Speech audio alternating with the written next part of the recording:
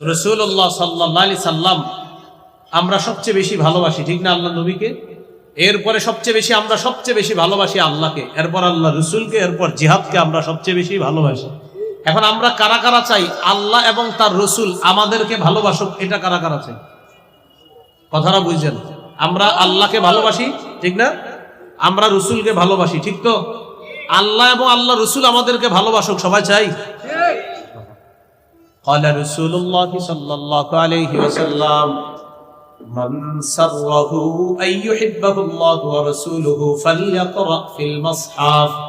কোন ব্যক্তি যদি চায় আল্লাহ এবং তার রসুল তাকে ভালোবাসুক, এই দেখেন উনি চায় আল্লাহ এবং তার রসুল তাকে ভালোবাসুক, নবীজি বলেন ফালইকরা ফিল মাসহাফ, তাকে জানায় দাও সেজন্য কোরআন পড়ে। কোরআন বললে তাকে আল্লাহ ভালোবাসবে, আমি রসুলও তাকে ভালোবাসবো। কোরআন আমরা আল্লাহকে ভালোবাসি, আমরা রসুলকে ভালোবাসি। এখন আমরা চাইতেছি আল্লাহ আর রসুল আমাদেরকে ভালোবাসো। নবী বলেন তুমি কোরআন পড়ো, তোমাকে আল্লাহ ভালোবাসবে, আমি নবীও তোমাকে ভালোবাসবো। রমজান মাসে 4 নাম্বার কাজ নামাজে কোরআন তেলাওয়াত করা বেশি বেশি, আবার নামাজের বাহিরেও কোরআন তেলাওয়াত করা। আল্লাহ তৌফিক দান করেন। কোরআন পড়ার সময় একটু সুন্দরভাবে কোরআন পড়ার চেষ্টা করব। কিভাবে? সুন্দরভাবে। আমার আগে বয়ান করছে মুফতি আরিফ জব্বার কাজ, কোরআন তেলাওয়াত খুব সুন্দর ওনার। আরো অনেকে খুব সুন্দর কোরআন তেলাওয়াত করতে পারে। কোরআন তেলাওয়াত সুন্দরভাবে করলে আল্লাহ তাআলা তার তেলাওয়াতটা বিশেষ রহমত দিয়ে শুনেন। সহিহ মুসলিমের বর্ণনা, যে নবী যখন কোরআন তেলাওয়াত করে, হাদিসে আসছে নবী যখন ইয়াতাগান্না বিল কোরআন, সুন্দরভাবে সুললিত কণ্ঠে যখন কোরআন তেলাওয়াত করে, আল্লাহ বিশেষ দয়া রহমত দিয়ে তার তেলাওয়াত শুনতে থাকে। قال رسول الله صلى الله عليه وسلم زينوا القرآن بأصواتكم। নাসাইর হাদিস 1015 নম্বর হাদিস। নবীজি বলেন জাইয়িনুল কোরআন, তোমরা কোরআনকে সুন্দর করো, বিআসওয়াতিকুম, তোমাদের কণ্ঠের সাহায্যে। এর মানে তোমরা সুললিত কণ্ঠে কোরআন তেলাওয়াত করো। সুবহানাল্লাহ। তোমরা কোরআনকে সুন্দর করো কণ্ঠের সাহায্যে, আওয়াজের মাধ্যমে। উদ্দেশ্য হলো সুললিত কণ্ঠে তোমরা কোরআন পড়ো। তাহলে একটু সুন্দরভাবে কোরআন পড়বো তো ইনশাআল্লাহ। এবার বলেন ধীরস্থির ভাবে কোরআন পড়বো। বলেন কিভাবে কোরআন পড়বো? ধীরস্থির ভাবে। আল্লাহ তাআলা বলেন সূরা মুজাম্মিলের মধ্যে ওয়ারাত্তিলিল কুরআনা তারতিলা। নবী আপনি ধীরে ধীরে কোরআন পড়েন, আপনি ধীরে ধীরে কোরআন পড়েন। তারাবিতে যে হাফেজ সাহেবরা কোরআন তেলাওয়াত করবে,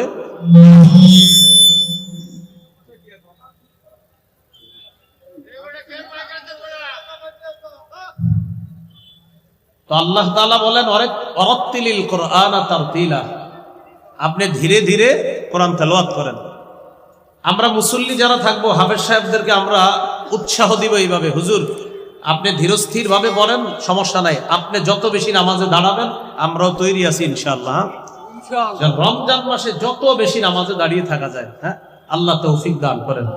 মুসল্লিদের মধ্যে 10% এমন থাকবে যারা চাইবে তাড়াতাড়ি পড়তে। আমি আশাবাদী 90% এমন থাকবে যারা বলবে না আপনি আস্তে ধীরে পড়েন, আমরাও আছি ইনশাআল্লাহ। তো 90% মুসল্লি যদি আস্তে ধীরে নামাজ পড়ে, আশা করি 10% যারা থাকবে তারাও আস্তে ধীরের পক্ষে হয়ে যাবে ইনশাআল্লাহ। ওয়ারাত্তিলিল কুরআনা তারতিলা, আল্লাহ তাআলা বলেন আপনি ধীরে ধীরে কোরআন পড়েন। আল্লাহ আমাদেরকে ধীরে ধীরে কোরআন পড়ার তৌফিক দান করেন। সফরে যখন থাকবেন তখনও সুন্দরভাবে কোরআন পড়বেন। বাসে বসে রয়েছেন, গাড়িতে চলতেছেন, তখনও কোরআন পড়বেন। আব্দুল্লাহ ইবনে মুগাফফাল রাদিয়াল্লাহু তাআলা আনহু তিনি বলেন রাআইতু রাসূলুল্লাহি সাল্লাল্লাহু আলাইহি ওয়াসাল্লাম ইয়াকরাউ ওয়া হুয়া আলা নাকাতিহি আও জামালিহি। আমি নবীজিকে দেখেছি উটনির উপরে অথবা ওটের উপরে বৈশা আল্লাহ রাসূল কোরআন পড়তেছে। ওটের উপরে বৈশা নবী কোরআন পড়তেন না? পুরাটা শেষ করিনি হাদিস। ওয়া হিয়া তাসিরু বিহি, ওট আল্লাহ রসুলকে নিয়ে চলতেছে আর নবী তেলাওয়াত করতেছে। তাহলে ওট নবীরে নিয়ে চলতেছে আর নবীজি তেলাওয়াত করতেছে। সাহাবী বলেন কিভাবে তেলাওয়াত করতেছিল জানো? আমি নবীজিকে শুনলাম নবীজি সূরাতুল ফাতহি তেলাওয়াত করতেছে। 26 পারায় দেখবেন একটা সূরা আছে, কি নাম? সূরাতুল ফাতহি। 26 পারার 10 নম্বর পৃষ্ঠাটা যে সূরা দিয়ে শুরু হয়েছে, এই সূরাটার নাম সূরাতুল ফাতহি। আমি নবীজিকে শুনলাম নবী সূরা ফাত তেলাওয়াত করতেছে, জানো কিভাবে? ওয়া হুয়া ইউরাজ্জিউ, নবী ছন্দময় করে খুব সুন্দর আওয়াজে প্রাণবন্ত করে তেলাওয়াত করতেছিলেন, আর ওর নবীকে নিয়ে চলতেছে। আহারে, আমার নবীর তেলাওয়াত না জানি কেমন ছিল। হ্যাঁ, নবীজি হাদিসে আসছে ওয়া হুয়া ইউরাজ্জিউ, নবীজি তেলাওয়াতটা যখন করতেছিলেন আমি দেখলাম সূরাতুল ফাতহি তেলাওয়াত করতেছিলেন ছন্দময় করে, স্পন্দন সৃষ্টি করে। সৌদি আরবের আব্দুর রহমান আস-সুদাইস, ওনার তেলাওয়াত শুনলে দেখবেন আমাদের মাঝেও একটা কেমন যেন হিট কাজ করে, হ্যাঁ, যে আলাদা, আহারে আরো বড়ুক, ক্লান্তি লাগে না, আরো বড়ুক, আরো পড়তে থাকুক। এইভাবে এই যুগের একটা মানুষের কোরআন তেলাওয়াত যদি এত সুন্দর হয়, যার উপরে আল্লাহ কোরআন নাজিল করেছেন তার তেলাওয়াত কত সুন্দর। নবীজি স্পন্দন সৃষ্টি করে তেলাওয়াত করতেছেন। আমাদের বাংলাদেশে ওই হাফেজ সালেহ আহমদ তাকরিম, কি অসাধারণ তেলাওয়াত, সুবহানাল্লাহ। তেলাওয়াত যখন করে আপনার কোনো ক্লান্তি আসবে না, আপনার মনে হবে এত তাড়াতাড়ি কেন শেষ করলো, এটা মনে হবে আপনার। তো আমরা সুন্দরভাবে কোরআন পড়ার চেষ্টা করব, বলেন ইনশাআল্লাহ। যেই সমস্ত আয়াতের মধ্যে আযাব গজবের কথা আছে ওইগুলা 2-3 বার দোহরায়া পড়ার চেষ্টা করবেন। আর কোরআনের কিছু অর্থ যদি বুঝেন আপনি, তাহলে আযাব সম্বলিত আয়াতগুলো একটু দোহরায়া পড়া যায়। সূরা মাঈদা, কোন সূরা? সূরা মাঈদা 118 নম্বর আয়াত। কত নম্বর আয়াত?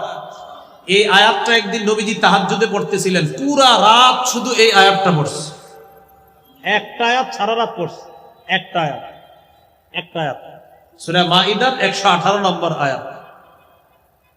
আবু যর গিফারি রাদিয়াল্লাহু তাআলা আনহু বলেন, একদিন রাতের বেলা দেখলাম নবী নামাজে দাঁড়িয়েছে, তাহাজ্জুদ নামাজ। নবীজি সাল্লাল্লাহু আলাইহি ওয়াসাল্লাম নামাজে যখন দাঁড়াইছেন, নবী একটা আয়াত তেলাওয়াত করা শুরু করলেন, যেটা সূরা মাঈদার মধ্যে আছে। ইয়ারুদ্দুহা, নবী বারবার তেলাওয়াত করতেছিলেন, হাত্তা আসবাহা ইয়ারুদ্দুহা, নবীজি সকাল করে ফেলছে এক আয়াত তেলাওয়াত করতে করতে। সে আয়াতটা কি আমি আপনাদেরকে শোনাই। আল্লাহ বলেন, ইন তুআযিবহুম ফাইন্নাহুম ইবাদুক, আল্লাহ আপনি যদি তাদেরকে শাস্তি দেন তারা তো আপনার বান্দা।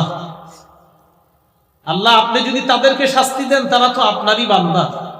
ওয়া ইন তাগফির লাহুম ফাইন্নাকা আনতাল আজিজুল হাকীম, আল্লাহ আপনি যদি আপনার বান্দাদেরকে মাফ করে দেন আপনি মহাপরাক্রমশালী, মহাপ্রজ্ঞাময়। এই আয়াত পুরা রাত নবী তেলাওয়াত করছে, আল্লাহ আপনি যদি তাদেরকে মাফ করেন তারা তো আপনারই বান্দা। মূলত এই আয়াতের ব্যাপারটা কে জানেন? ঈসা নবী। ঈসা নবী আল্লাহকে এটা বলবে, আল্লাহ আমার এই উম্মতকে যদি আপনি শাস্তি দেন মাবুদ তারা তো আপনারই বান্দা। মানে উম্মতের প্রতি ঈসা নবীর দরদ, ব্যথা, মায়া। আর আল্লাহ আপনি যদি দয়া করে মাফ করে দেন আপনি তো ক্ষমতা রাখেন মাফ করার। এই আয়াতের বিষয়বস্তুর প্রতি লক্ষ্য রেখে আল্লাহ রাসূল সারা রাত বারবার শুধু এই আয়াতটা পড়ছে যে আমার উম্মতের কি হবে, আমার উম্মতের কি হবে। তাহলে আযাব সম্বলিত আয়াতগুলা বারবার পড়া এটা যায়। মসজিদের মধ্যে যদি একদল মানুষ একত্রিত হয়ে কোরআন তেলাওয়াত করি, আমরা মনে করেন কয়েকজন একসাথে হয়েছে, তখন কোরআন তেলাওয়াত বেশি জোরে না করা। হয়তো কেউ সুবহানাল্লাহ পড়তেছে, কেউ আলহামদুলিল্লাহ পড়তেছে, কেউ হয়তো কোরআন পড়তেছে। রাসূলুল্লাহ সাল্লাল্লাহু আলাইহি সাল্লাম বলেন, তোমরা যখন একসাথে কেউ থাকবা তখন দেখবা তোমার আশেপাশের ভাইয়েরা কি করে, তারা হয়তো বিভিন্ন ইবাদতে আছে, তাই তুমি বেশি জোরে কোরআন তেলাওয়াত তখন করবা না, তুমি আস্তে আস্তে করবা। বুঝে আসছে তো? মসজিদের ভিতরে সবাই যদি কোরআন তেলাওয়াত করে এটারও একটা ফায়দা আছে, মাদ্রাসায় করলেও ফায়দা আছে। কমপক্ষে 4টা ফায়দা, কোনো সন্দেহ নাই। সুবহানাল্লাহ। যারা কোরআন পড়ে বা কোরআন পড়ায় কমপক্ষে 4টা ফায়দা থেকে খালি নাই। সহিহ মুসলিমের হাদিস, ক্বালা রাসূলুল্লাহ সাল্লাল্লাহু আলাইহি ওয়াসাল্লাম, মাজতামাআ কওমুন ফি বাইতিন মিন বুয়ুতিল্লাহ ইয়াতলুনা কিতাবাল্লাহ ওয়া ইয়াতাদারাসুনাহু বাইনাহুম ইল্লা নাযালাত আলাইহিমুস সাকিনাহ ওয়া গাশিয়াতুহুমুর রাহমা ওয়া হাফফাতহুমুল মালায়েকা ওয়া যাকারাহুমুল্লাহু ফী মান ইনদাহু। রাসূলুল্লাহ সাল্লাল্লাহু আলাইহি সাল্লাম বলেন, আল্লাহর কোন ঘরে একদল মানুষ একত্রিত হয়ে যদি কোরআন পড়ে অথবা কোরআন অন্যকে পড়ায়, ইল্লা নাযালাত আলাইহিমুস সাকিনাহ, তাদের উপর আল্লাহর পক্ষ থেকে প্রশান্তি নাজিল হয়, সাকিনা নাজিল হয়। 2 নাম্বার ওয়াহাফাতহুমুল মালাইকা, তারা যে একটা মজলিসে বৈশা কোরআন পড়ে পুরা মজলিসটাকে ফেরেশতারা বেষ্টন করে নেয়, পুরা মজলিস। 3 নাম্বার ওয়াগাশিয়াতহুমুর রাহমা, পুরা মজলিসটাকে রহমত ঢেকে নেয়, পুরা মজলিসটাকে রহমত ঢেকে নেয়। আর ফেরেশতারা যে বেষ্টন করে এটা কিভাবে জানেন? মনে করেন আমরা এই জায়গায় কোরআনের আলোচনা যদি করি, এই পুরা মজলিসটা ফেরেশতারা বেষ্টন করে পুরা আসমান পর্যন্ত, ফেরেশতাদের একটা সারি, গোল সারি আসমান পর্যন্ত পৌঁছে গেছে। 3 নাম্বার। 4 নাম্বার ওয়াযাকারাহুমুল্লাহু ফী মান ইনদা, যারা কোরআন তেলাওয়াত করে, যারা কোরআনের পাঠক, যারা কোরআনের শিক্ষক, তাদের ব্যাপারে আল্লাহ ফেরেশতাদের সাথে আলোচনা করতে থাকে। মনে আসেনি রমজানের 4 নাম্বার কাজ নামাজে তেলাওয়াত করা, অথবা নামাজের বাহিরে প্রচুর পরিমাণ তেলাওয়াত করা। করব তো ইনশাআল্লাহ।